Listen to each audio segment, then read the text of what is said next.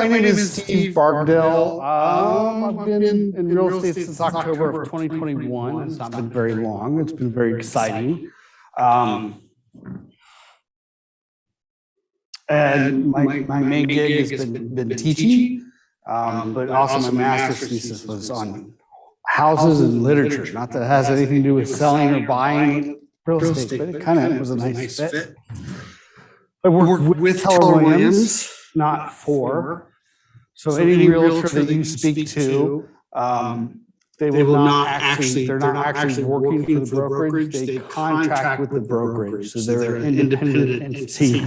I like to describe realtors as Dunkin' Donuts, right?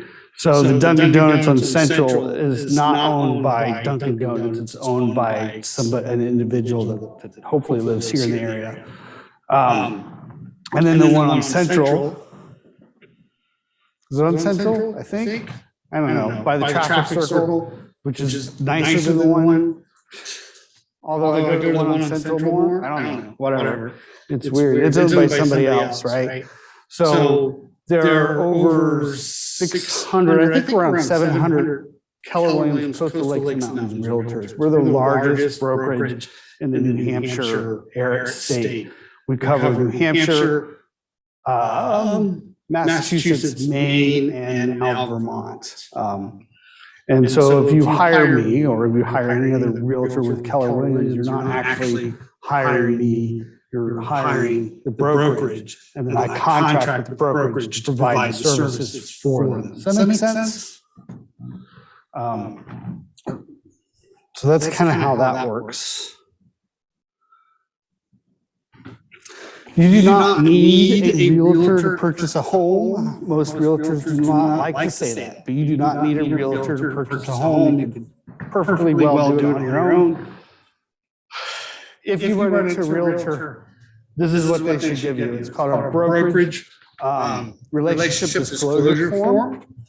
And so when you sit down and have that first consultation, they're going to give you this piece of paper. It's not a contract. It is a requirement by the state that says that we have to explain to you what your relationship is to us and what our relationship is to you. So this side says that you're a customer, basically says that I'm going to tell you the truth, I'm not going to lie to you, I'm going to do paperwork, I can show you houses. This one over here says that you're a client and I owe you fiduciary responsibilities, which means whatever you tell me is confidential, right? So if you tell me that you have $250,000 to spend on a down payment, I am like helping and showing you this house, and we're a customer, I can go to the listing agent, the agent that's representing the seller, and say, hey, they got a lot of money. This is how much they have. Is that fair? No. Is it nice? No, but it's ethical because you sign paperwork with a realtor. So always, if you're going to employ a realtor, make sure you're signing paperwork with a realtor to protect your interests. Otherwise, the way it's set up, any realtor you talk to is really kind of working for the seller. So if you're buying, you're kind of on your own unless you're talking to a realtor that you've hired. Does that make any questions about that? So when you get this piece of paper, it's not a contract. It just says that you understand the two differences, and the realtor that you're working with should take you through the whole document. I only posted half of it because I was lazy. And this is not an official business meeting, so it doesn't matter.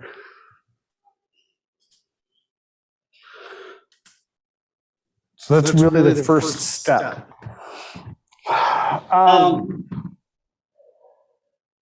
I changed the whole PowerPoint. So it's kind of sort of new material to me on the PowerPoint. It's not, real estate's not new, but the PowerPoint presentation is new. There are like 11 steps to purchase a home. And the first one is to interview agents and select the best one for you, okay? A year ago, I told you the first step would be to talk to a mortgage broker and get a pre-approval. Because a lot of times people will not let you look through homes unless you're pre-approved. One of my clients, set of clients some time ago, they were trying to purchase on their own, and realtors would not even let them in the house. Like they would call up and say, hey, I'd like to look at 123 Main Street. They're like, who's your realtor? Like, we don't have one. And then they would hang up. So there is that kind of issue.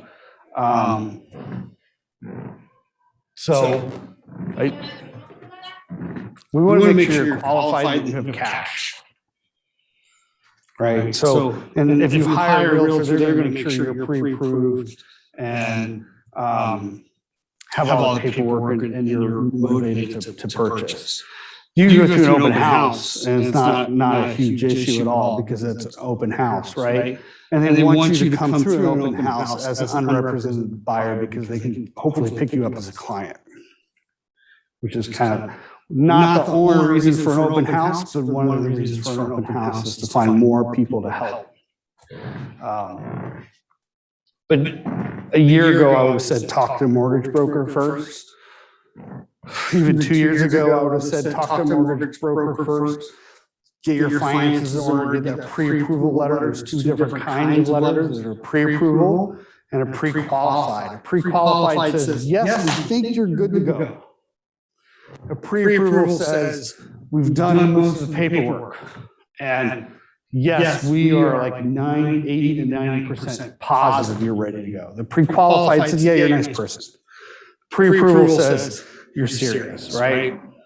Now, at this point in time, I would, me personally, recommend that you speak to a realtor first to find out what kind of pre-approval you need, because there's all kinds of different mortgage products available to you, right? And different lenders will offer different products. So I have specifically a lender that works with mobile manufactured homes. Most mortgage brokers don't do that, right? I have one that provides bridge loans, which means you can stay. We're haunted. The door is opening up. So where you can stay in the house that you live in now, take a loan out on that house, and then that turns you into a semi-quasi cash buyer to go purchase elsewhere, or just provides you the down payment depending on what you want to do with that cash. Right, so that's one other product. There's the New Hampshire Housing Project that provides down payment assistance and training and that kind of thing. And that's, I have one broker that works with that. So depending on what your situation is, that's where I'm going to give you a kind of a list of different mortgage people to talk to, right?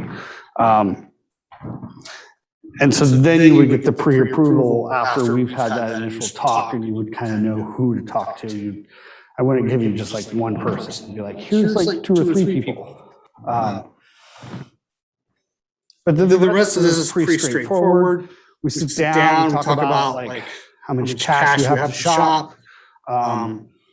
You're going to look at properties, we're going to walk you through properties. Sometimes you'll go with the realtor by yourself, and it will just be the realtor and you and nobody else in the house. Other times you'll meet the listing agent there, the seller's agent there, and it would just be the 3 of you, 4 of you, depending on how many people are in your group. Or sometimes you go to open house. Sometimes I've sent clients to open houses on their own. Because I've been like, okay, so I'm doing this thing, go look at this house yourself and then tell me what you think about it. Then once you find a property that you like, you make an offer, which is a big, huge purchase and sales agreement contract. You send it to the listing agent. The agent is selling the property, and then they take those offers and they take them back to the seller and says, which ones do you like, right?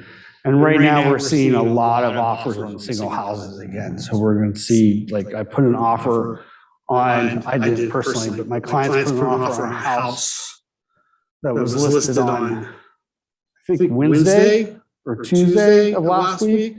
The open house was Friday and Saturday, and the house sold on Monday.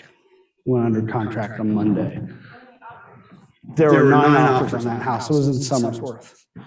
I know when last month when I sold the house that I listed in Alton, we had 9 offers as well. And Yeah. Depends. I would suggest that you really aim for having, it sounds horrible, like between a $30,000 to $50,000 cushion. What does that mean? That means if you think your budget is $350, really your budget is like $300. So, because that didn't make any sense. It means you're going to look at houses for $300 and offer 50 more. Yeah, right.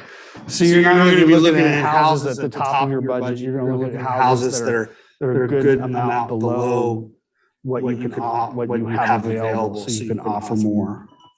Does that answer your question? Okay. I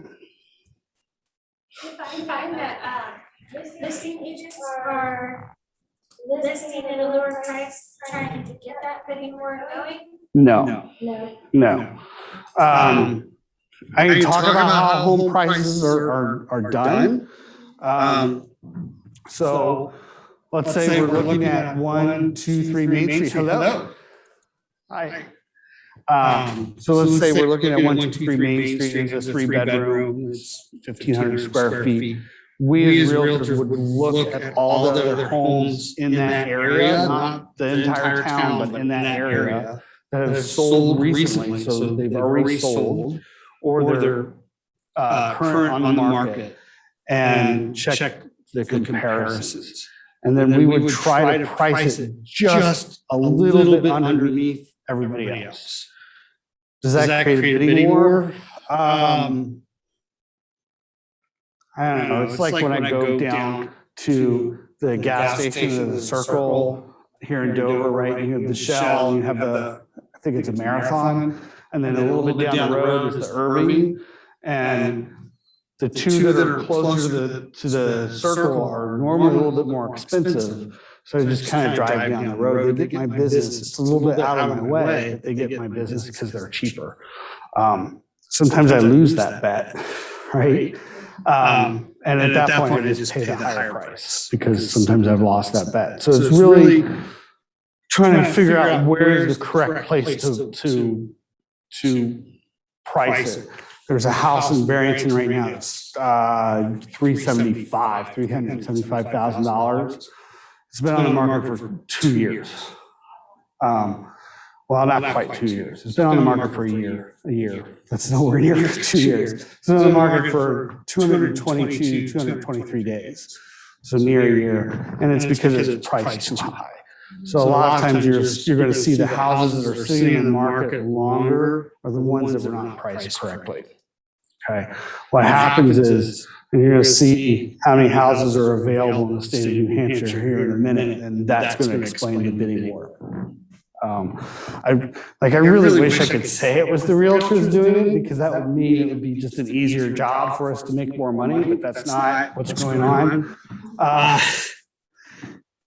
These numbers are good from January, and you can see when you purchase a home, the value is going to go up about 4%. We've got, like, okay, 08 was terrible, right? Home prices dropped. It took us 10 years to get back up to where you were right side on that loan. But if you purchase something and hold on to it, I would suggest that anywhere in any 10-year period, you're not going to lose cash on a house. Historically.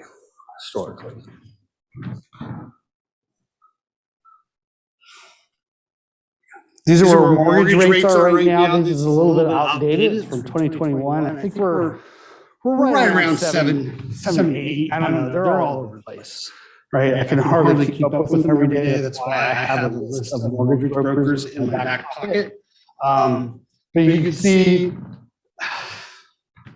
it's really frustrating to have come out here with like mortgage rates like 2, right? That was like basically free money. And so when we see the numbers in the high 6s and high 7s, we're like, that's expensive, right? But I remember the 80s, because I think I'm that old. And it's kind of average. So our perspective of the mortgage rates being high, they're just high from what we were used to just a few years ago. Otherwise, they're just average. I hate to say that. I'd rather the 2 and 3% be average, right? And the other issue is how affordable is a house? Are the prices inflated? I don't know. I think they were inflated in the 80s. Okay. They're still kind of on track. But we had, this was 08. This was us recovering from 08.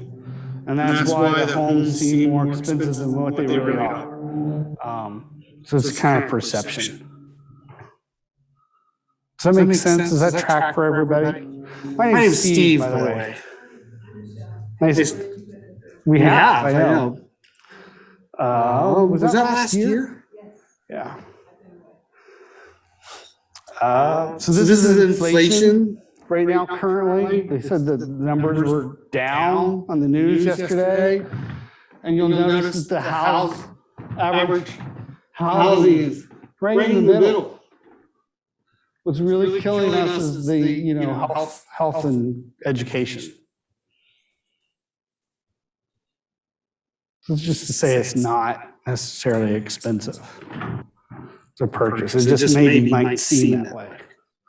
I also have an opinion that it doesn't really matter what the market's going to do. If you need to purchase a house or make a move, it's your home. You're going to make that move if you have to make that move. So that's my opinion. But okay, right now, currently, these numbers are current as of May. So I don't know what the national numbers are right now currently. So that's less than 600,000 homes for sale in the entire country. Okay, this is why prices are high. There's also 1.5 million realtors. And forgive me, realtors should be capitalized. So you see there's a lot of people that are, like you have a lot of choice in realtors, not a lot of choice in houses. Here in New Hampshire today, there's 1,305 homes for sale in New Hampshire. That's like it, right? It's not a lot.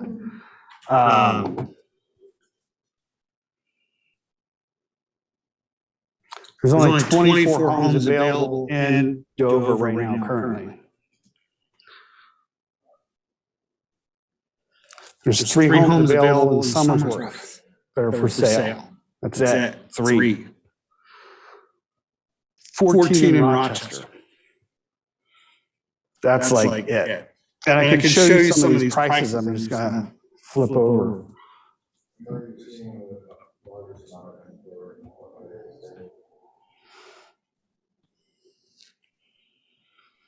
There's only 1,305 houses for sale in the entire state of New Hampshire. I think that the better question is, where do you want to live at? Like, where do you want to live at? Okay. Yeah. So where's the most inventory? It kind of depends, right? And it depends day to day. So you see a lot of homes that will come on the market on Monday. They'll do maybe a delayed showing until the weekend, and then they'll sell over the weekend. And then the same thing will happen the following week. A couple of years ago, that overturn was happening on a regular, consistent basis. Now what we're seeing is that number of 1,300 kind of stays steady. So, and people have got really low mortgage rates. Like, why do they necessarily want to sell? I don't know if that answers your question or not, but let me circle back to it for a minute. I think that might help. This is in Dover. How much do you think this house is for? This house is the lowest priced home in Dover right now, currently. It's 3 beds, 1 bath. That's a backyard shed. Don't pay any attention to that. It's another backyard shed. The reason why I pulled up is is because of the wallpaper, right? So a lot of times people will walk into this house and they're gonna be like, oh, well, I don't want it. Why, like, that's horrible, so, right? So you just rolled your eyes. Why did you roll your eyes?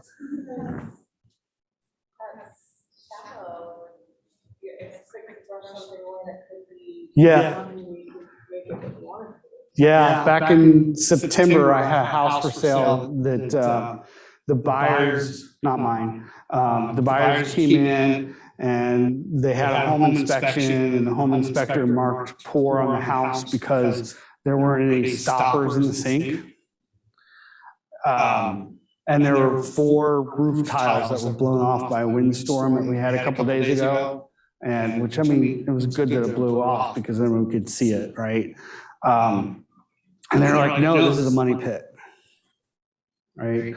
So a lot of times when you're looking at those home inspection reports, they can be 30 to 40 pages long. They repeat a lot of information. Sometimes they're difficult to read. And this is stuff you can just overlook. Like if you're willing to put a little bit of sweat into it, any ideas of how much this is? In Dover, 3-bedroom, 1 bath.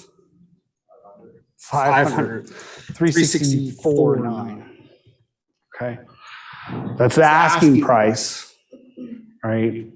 So if you were making an offer on that, I would suggest that you blow that up a little bit. Is it worth the 4? Depends on what your thoughts are, right? Do you specifically want to live in Dover? Then maybe it's worth it to you, right? My broker keeps telling me that I need to buy a house because I rent, and I'm like, yeah, but I've got a 3-bedroom and it's 1,900, and I don't want to. I love Dover, but I don't want to live in Dover proper. I want to live on the outskirts of Dover, and I just have to wait till my son graduates from high school, right? So there's reasons for renting. There's also reasons for asking, putting an offer of 400 on that. Even with that crazy wallpaper, right? This is a median price node. This is the most expensive house in Dover. Right now it's 151 Dover Point Road. It's the big yellow house out by the old Tuttle Farm. You're close. You're close. It's 2.3. 2.3. It's been for sale 3 times that I can count. 3 times. There's 1 of 2 reasons for that. 1, it's either overpriced, or 2, it's haunted. If it was haunted, listen, if it's haunted, the price actually, the value of the house is actually increased. Yeah. No. Seriously, if it's a haunted house, the price goes up. The other reason was that it's a multi-million-dollar home, and those we're seeing sit on the market for much longer periods of time. So those are the 2 things.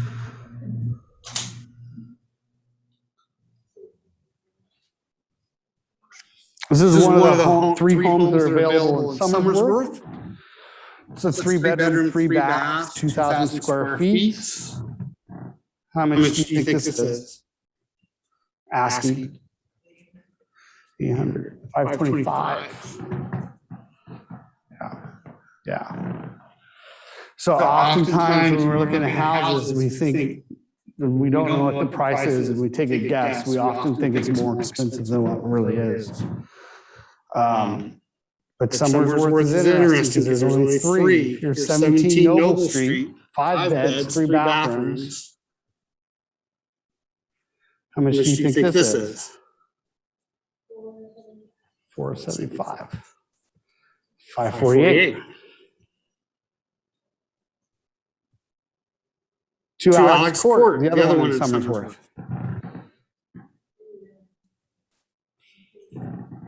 It's white.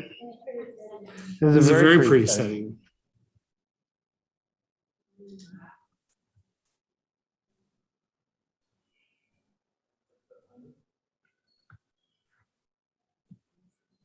Yeah. Yes, sir.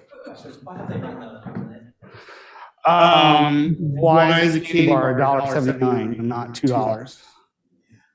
Oh.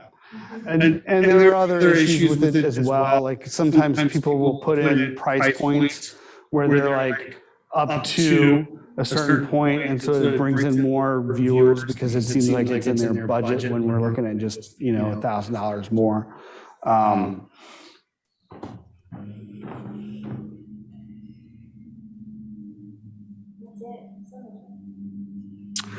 Okay. 99 Rod Road in Rochester, 192 square feet. We don't have a picture of the house.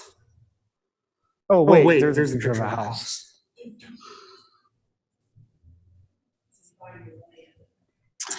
I mean, it looks okay inside.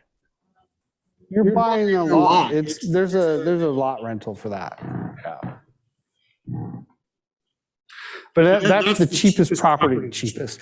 That is the most lowest point price in Rochester right now.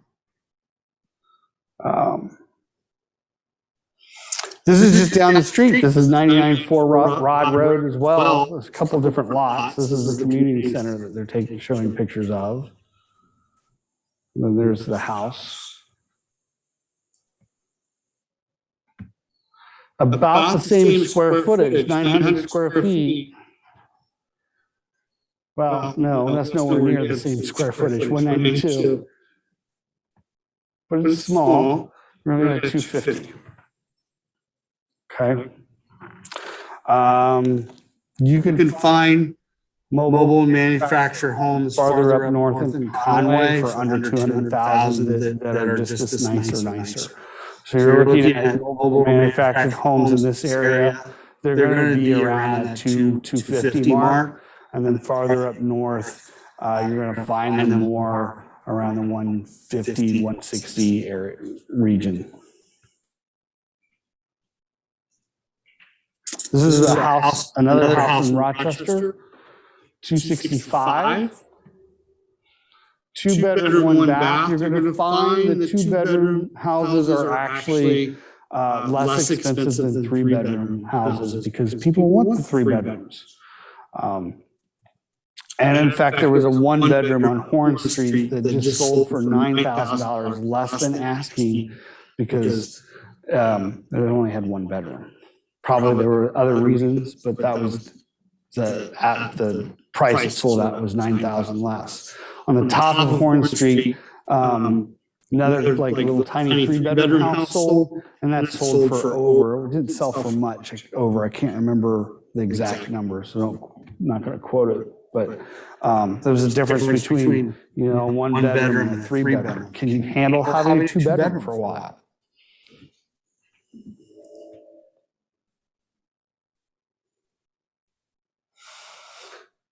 This is Maple Street in Rochester, 339.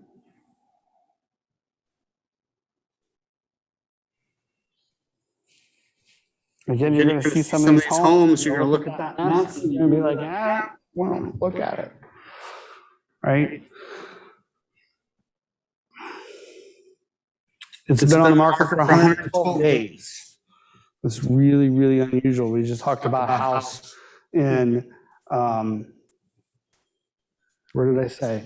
In Somersworth, it sold over 4 days, right? Friday, Saturday, Sunday, Monday, it was gone, right?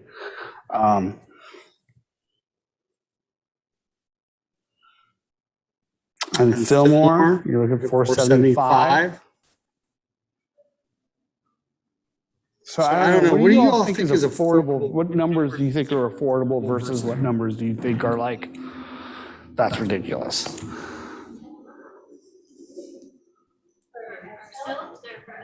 Yes. Yeah. Remember, don't share anything confidential. It is being recorded. I am a realtor. You haven't signed paperwork with me, blah, blah, blah. I'm sorry, what? It does. It absolutely does. And I'm working with clients that are in this budget range. I'm working with clients in the 200 range as well. So there's stuff out there, but we'll talk like, and that one is the most expensive in Rochester right now. Yeah, it's only been on the market for 2 days. I don't know. I can't answer that question. I'm assuming there's probably an open house. I'd have to go check. But that's just kind of an overview. Okay. So you asked where are the most homes available to purchase, right? If you want to live in the Seacoast area specifically, it's really hard to find homes, and I don't necessarily mean because of price point. There's only 20 some in Dover, what did I say, 13, 14 in Rochester, and 3 in Somersworth. I did not pull the numbers for Portsmouth, so you have to forgive me on that one. In Manchester, because I know someone's interested in Manchester, there's only 23 homes available in Manchester, right? This is called the Paragon software. It's something that I pay for. Most of the information that's on this site, it's realtor specific, but most of it you can find on Zillow or Redfin or any of those sites, or if you want to get fancy, you can go to my site, right, and pull up all the same information. It just tracks, it just pushes it over to those aggregate sites. But what I've done is I've put in Alton, Barnstead, Barrington, all those little towns that are kind of around us, right? How many homes do you think are available around us? 75? Michelle's like, I don't want to, no idea. 50?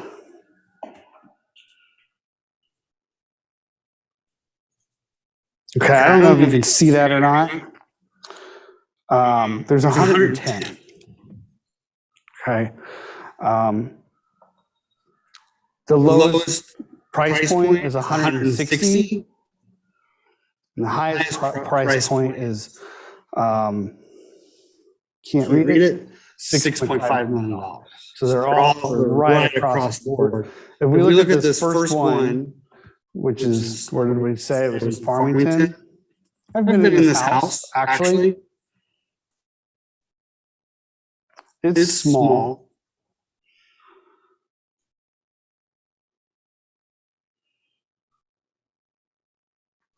But it is also 160. It's going to need some work in some places. Like it just is, right? But you could do something like a renovation loan.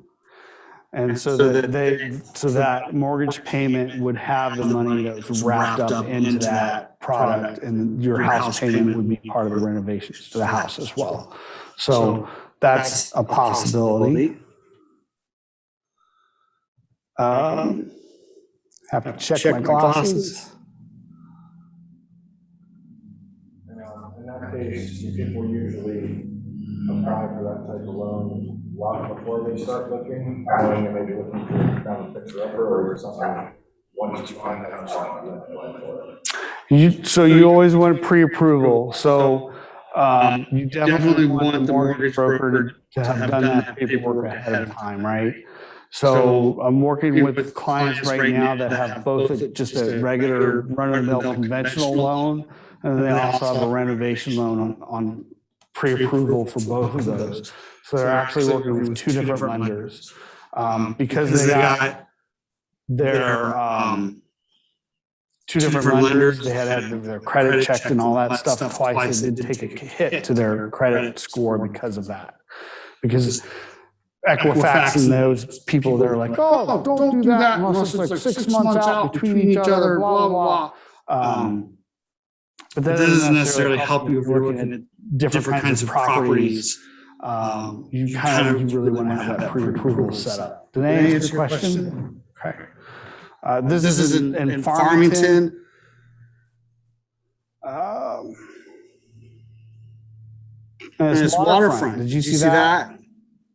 It's waterfront for $300,000.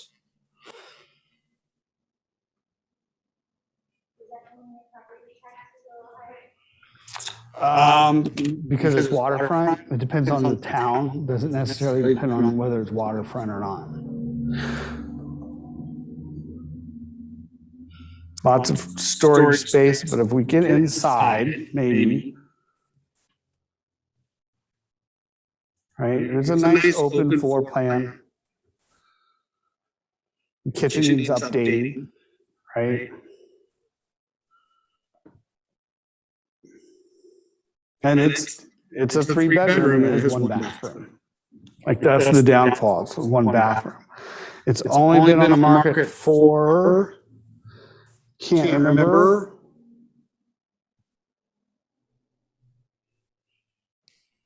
We can find out easier. What was the address?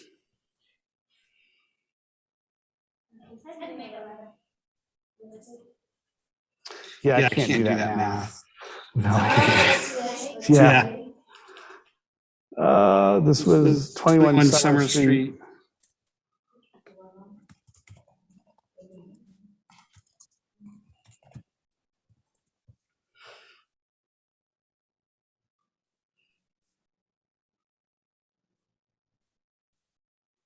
Yeah, it's been on the market for 35 days.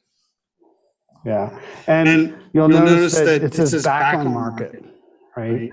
So that means somebody tried to purchase it and there was an issue with financing. Or there was an issue with something, right? Something happened during the contract process that kicked them out. So there are places that are I don't want to say affordable, but there are places that are in this area if you want to go 15, 20, 30 minutes outside of this area. Does that make sense? I have some people that are like, no, we specifically want this town. We specifically want Dover. And this is our price point. I'm like, okay, well, you have to wait.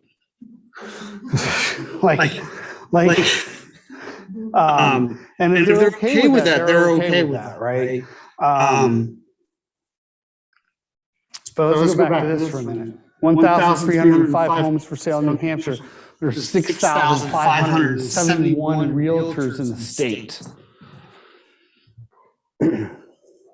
That's crazy to think about. I hope, okay, so I'm doing this presentation because I asked the library if there was a need. And then I also hope that you would hire me. That would be cool if you did. You don't have to, right? Because there's 6,570 other realtors you could interview, right? So hopefully you don't just stop at me. Like I hope you'd stop at me, but that's not why I'm here. 67% of buyers interview only 1 realtor. That number for sellers is like 80%. Right? So you talk to someone and they're like, okay, let's rock and roll. You should really be interviewing them. And one of the questions you should be asking is, what are you going to do for me? There's only 1,300 homes for sale. How are you going to find me a house? So a really cool thing about Keller Williams Coastal Lakes and Mountains is that we have over 600 realtors in our organization. And there's something in the state of New Hampshire that's called clear cooperation, which means we can share with each other houses that have not come on the market yet. Okay, but if somebody's working for Caldwell, if you're with Caldwell Banker, and they've got enough realtors as well, but it's a smaller place than we are. They have a smaller pool of people to share that information with. It's not to say there's anything bad with Caldwell Banker. I love them, right? That's a benefit of Keller Williams. You might also think that being that big might be a disadvantage as well. Like maybe you don't feel like you get that personal touch. But again, any realtor you talk to is an independent contractor and run their own office. So you really want to ask them, what's their plan to help you find a house?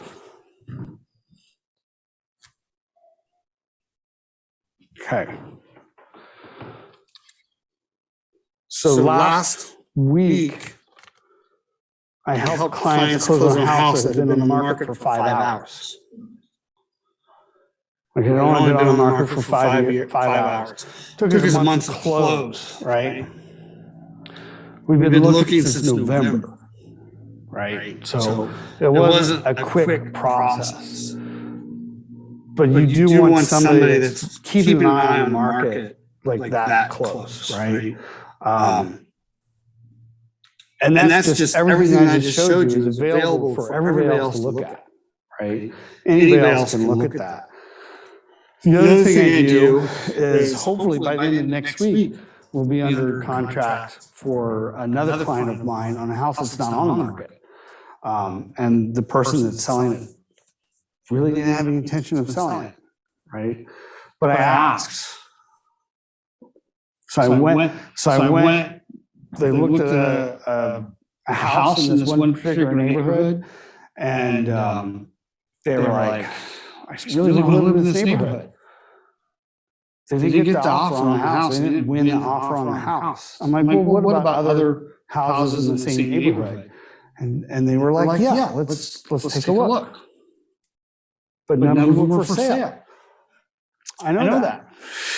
I know that. So we went and asked, right? When I didn't have to go door knocking, which was amazing because I've got a bum leg. But I did manage to send out, I think, about 70-some letters to that neighborhood and said, hey, this house over here sold for X. How much would you like to sell your house for if you're willing to sell it? Like, I'm not going to be pushy and go, hey. But that's one of the tactics that a realtor, a good realtor is going to do is they're going to look for the house. So there's 2 things a realtor can do. They can wait with you on the market and look at what's available currently and go, oh, that's all there is. Or they can go hunting, right? You do not have to hire a realtor to buy a house. They're going to know how to find a house where they maybe might not be on the market. And I would say that's a huge advantage of hiring a realtor to purchase a house.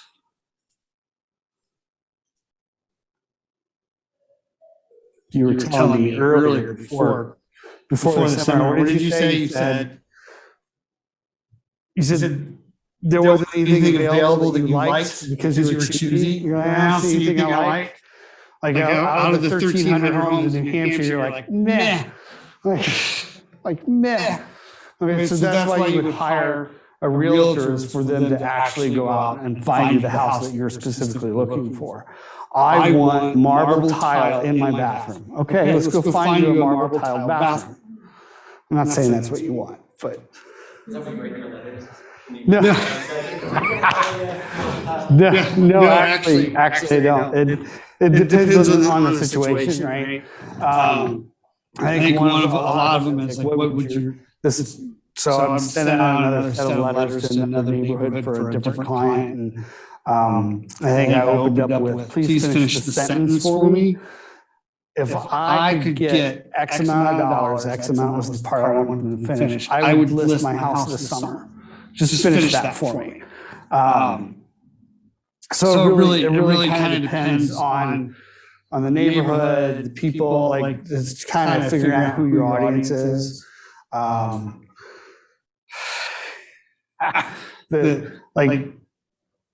just depends on your audience and what that letter is going to look like.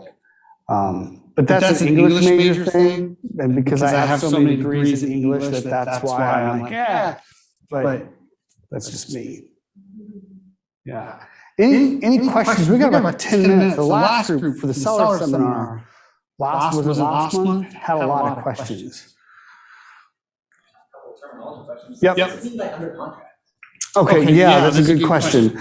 So, you see a house, like you go to your realtor and say, I want this house, okay? And then the realtor will ask you several questions. They'll ask you, okay, awesome. Let's make sure your pre-approval letter matches the price that you're willing to ask on the house. You never want to be approved for $500,000 million and go put an offer on a $250,000 house and then show them the letter that says you have all this money, so that your mortgage broker should like actually write one that matches the house the exact, so that way it doesn't look like you have room to play. And then we put together what's called a purchase and sales agreement, and that lists, that says basically how much you're going to pay for the house, how much you're going to put down for down payment, and then it also has an escrow amount that kind of takes the house off the market. And that can be anywhere from $1,000 to, I've seen up to $25,000, and it's a part of your down payment. So typically, not always, but typically you would see that cash back in the form of going to your down payment. And then the bank starts, and if your offer is accepted, the seller says, yes, we got a deal. Then the banks start doing their work. And the title agencies start doing the work, and they start searching to make sure there's no liens on the house, there's no other people that could claim ownership. So all that stuff takes time, and it takes anywhere from 21 to 45 days. We put an offer on a house last week that's going to take 60 days. Because we just, if the offer was accepted, we needed to get a contractor in there to look at it and come up with some numbers. So under contract means literally the house is off market. You're in the process of purchasing. You haven't purchased yet, but you're in the process of purchasing. Michelle, what about what? What about rental? If you wanted to rent it? If you want to, what's your specific question? How does that work? So if you wanted to rent a house that you furnished and you still have the same kind of, if you were going to buy a house? So are you asking that you want to rent something, or you want to rent something out? That's really answer that question. So you want to take a house and get a tenant to move into your house? That's one, and then on the other side, rent a house. For yourself, okay. So I call rentals the Wild West of real estate. You could, like the house that I rent, I just walked in and took a look and said, yes, I'll take it, and signed paperwork with the landowner, right, or the property owner. And that was pretty simple. I've seen now where rental properties are starting to show open houses where they bring people because there's such a demand for rentals right now. It's really hard to find a rental. So they'll be bringing people to look at the house, and then they'll have, sometimes they'll have bids, just like, not bids, but people will put in offers just like they would. I've seen that happen. I talked to someone today that said that they only let 5 people in to view the apartment that they had available, and then they were going to choose who had the better price that they were going to pay the owner. But then there are other properties where, like, this is the price, sign on the dotted line. You can hire a realtor to help you find a rental. They're going to charge you up front a certain amount, or they're going to do it for free because we really don't make a lot of cash on that. You could also say, I don't want to deal with trying to rent out my place. You could hire a property manager or a realtor to rent it out for you. And there's a bunch of paperwork that's involved in that. Did that answer your question? Yeah. You could certainly do it on your own. Like, you could certainly do it on your own and put an ad on Craigslist, and people would be like, or apartment.com or whatever. It's pretty crazy. Because I work at Great Bay Community College as an instructor, we do a lot of work with the Community Resource Center on campus, and there are students that are always looking for apartments. And they're looking for apartments that are under $2,000 a month, and those are really, really hard to find. And so I send out a weekly apartment hunting guide for apartments that are under $2,000. a lot of times they can't afford that either. So you're talking about roommates, like multiple roommates in a one-bedroom situation oftentimes. The average rent in Dover for a single bedroom is about $2,200, and the average rent in Portsmouth for the same is about $24, $26, and that doesn't include parking. As was talking before class, is it cheaper or is it cheaper to rent versus is it cheaper to purchase? It is cheaper to rent in the first 3 years because the money that you have to put up front is just the first month's rent and a security deposit, right? So it's a very low cost entrance fee. With a house, you're going to have to do the escrow, the down payment, and then you're having closing fees. So you're going to have to you're going to want a home inspection. Even though people are waiving home inspections, you're going to want a home inspection. You're going to have to pay a title agency to make sure the house is not, doesn't have any liens on it or nobody else has a claim to ownership, that kind of thing. So there's a bunch of different fees that are generated in trying to make this large purchase. And then you have real estate fees, of course, on top of that. You got to pay your realtors.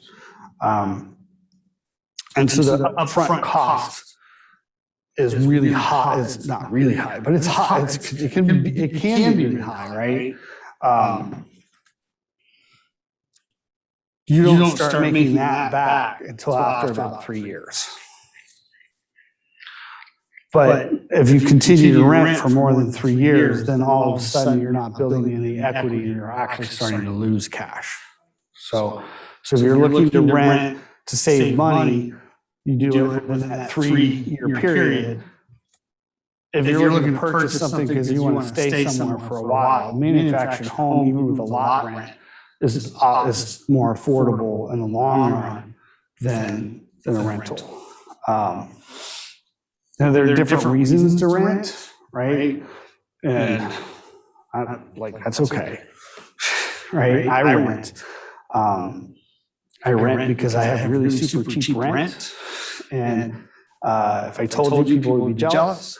And then on top of that, I'm waiting for my kid to graduate high school. So we're trying to just stay in the school district long enough to get him out. I have a question about home inspections. You said a lot of people are waiting. Yes. And what, like, when you come to the table and you make an offer, that's part of the deal, like whether or not you want to do that. How many people are waiting? A lot. And it's not a safe strategy. It's not the buyers that don't want to do it, it's the sellers that don't want to do it. So what happens is the last house that I had listed, there were some issues with the house, right? And I was like, we're going to list it at X amount of dollars. And they're like, that's really low. I said, but we're going to make like close to $40,000, $45,000 over. And they're like, really? I don't believe you. I'm like, oh yeah. And the first thing I want you to do is I want you to go out and get a home inspection. They're like, that's what the buyers do. I'm like, yeah, I know. Go get a home inspection. So they went and got a home inspection. It cost, I think, $700. Right? They came in, they were like, yeah, these are the things that are wrong with the house. And my seller was like, oh, let's fix them. I'm like, no, we're not going to fix them. We're just going to present the home inspection. And then when a buyer comes in, we'll say, hey, look, here's a home inspection report. We priced this at the price that we sold it at because of the issues that are in the home inspection report. And all of a sudden, nobody negotiated with us, and we got $40,000 over, right? And that's all because of the seller did the home inspection report. We were smart enough to see that was going to happen. So when you're looking at a house and you put an offer in for $350,000, $469,000, whatever that number is, and then you ask for a home inspection, what people really fear, the seller really fears, is that something's going to be wrong with the house. And that doesn't mean you're not going to purchase the house. That means it's under contract, it's off the market. You know what? I think we maybe need either repairs or can we come down on the price? Right? So that's what happens with a home inspection report. The reason why it's dangerous not having a home inspection report is maybe you didn't know the difference between a horizontal or a vertical crack in the foundation wall in the basement. So you're walking through it and you see a crack in the wall. And you're like, yeah, there's a crack in the wall. Is it a bad crack or is it an okay crack? That's something the home inspector will be able to tell you. So then you end up purchasing something that it does end up becoming a money, I don't want to say a money pit, but maybe something you don't really expect or wanted to walk into. That being said, because a home inspection is used as a strategy to bargain or negotiate the asking price that you put in, a lot of home sellers do not want to see that because they're like, oh, you're going to renegotiate the price, which is a distinct possibility. Still want to have it done. Like, and in fact, if you use me, if you hire me for whatever reason, and you're like, Steve, I really think that these people are going to go with an offer that waives the home inspection report. I'm like, I would never recommend that you waive it. And so here's another piece of paper that you need to sign that says, I understand that this is not a good thing, but I understand that it's not a good thing. And that's a new piece of paperwork that the states actually put out.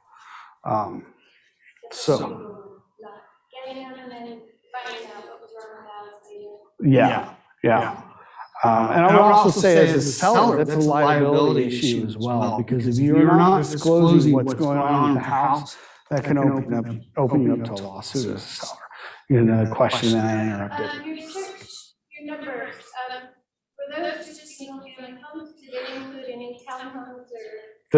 Those are single-family homes. I can go in and do a list of the condos. The last time I looked at the condos in Dover, there was like a big mistake. I don't know if that's changed recently. I can find out. And the townhomes are another category? No. Yeah. So there's single-family homes, there's manufactured or mobile homes, and there are condos. And those are all legal descriptions of a house. So you could have, let's say, 3 apart, like, okay, so the place I rent, right? It's a townhome or it's a double, depending on if you're from the Midwest, it's just called a double. So I live on the left and my neighbors live on the right, and those are apartments. Okay, and they're apartments because they're owned by one person.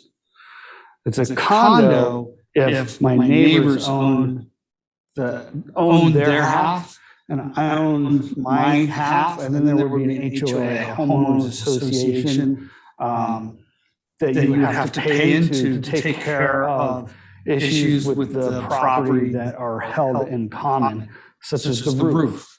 So we would both own, we wouldn't own just one side of the roof, we would own all the roof, the shared wall in between, we would own that together. And then the utilities are separated. So that's what a condo is. And townhomes as a style of architecture. Well, before you're too far away from the home inspector, I was just wondering, when you are hiring a home inspector, is it something you got to kind of pick and choose on, or you just kind of hire the first guy that you can get over there?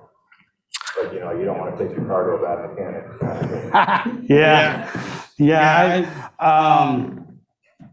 I have home inspectors that I would direct you to specifically. Yeah.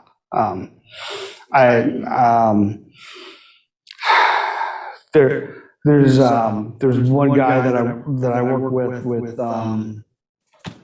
House Masters. When I see him and I'm selling a house, I'm like, oh my God, I don't just like, why are you here? Because he's really hard on the house, right? But when he's helping me buy, I'm like, oh, thank God you're here. Like, oh my God, right?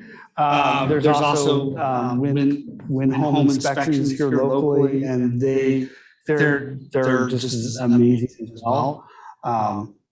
In fact, they include a binder with like everything about your house and the home inspection report, and it's very easy to read. And they also have I'm going to get this word wrong, they'll turn on all your utilities for you. So it's like an extra service. It starts with a C. It's a hotel person when you go to a fancy hotel. Thank you. Yeah. Yeah. I knew the word, but if I said it, you would have been all like, what is she talking about? So what will be more people choosing not to get inspection? So if anyone want to stuff like feels not closing, people trying to use VA loans or they're required. So I love the VA loan. I really do. Like the first my first clients that I had used the VA loan. And that's an issue, is that home inspection, right? So that is an issue. And it's sad. I think that loan product is perfectly fine. I think it's pretty amazing. I wish it was available to more people. I'm really glad that it's available to our vets. That didn't answer your question at all. But I mean, it also depends on. It also depends. I know a lot of people trying to purchase homes with VA loans, not being successful because of. No, I have not. Yeah, I have not. I've heard talk of it, right? And a conventional or all cash deal is always probably going to win out. But it depends on the terms of the loan. What does the seller want? The seller could have a cash offer in front of them that's higher than the VA loan and have a heart for the veteran and go, oh, I'm going to go with this deal instead, right?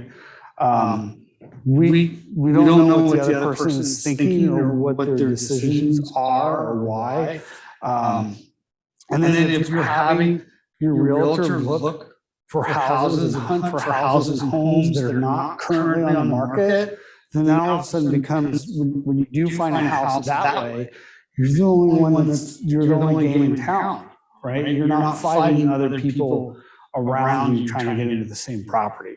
So there are avenues, and you also want to talk to a mortgage broker that would have more than just the VA loan to look at as a product. And then they best advise you, looking at your finances, going which product would make you more competitive.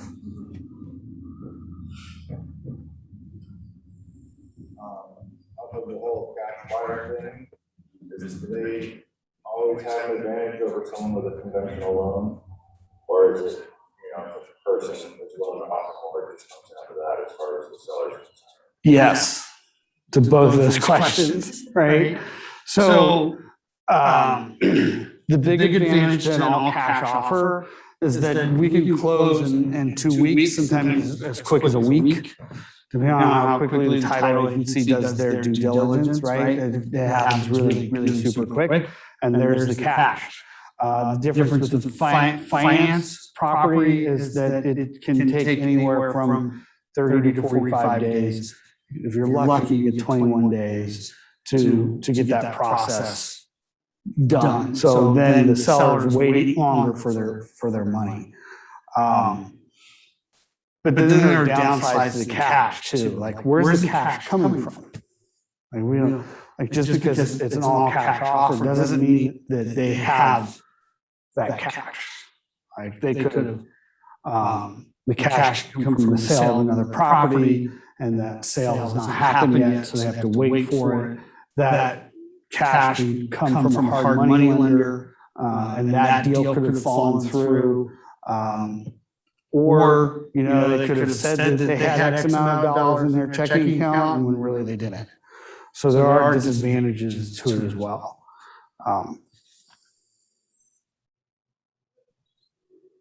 Yeah, that was a good question.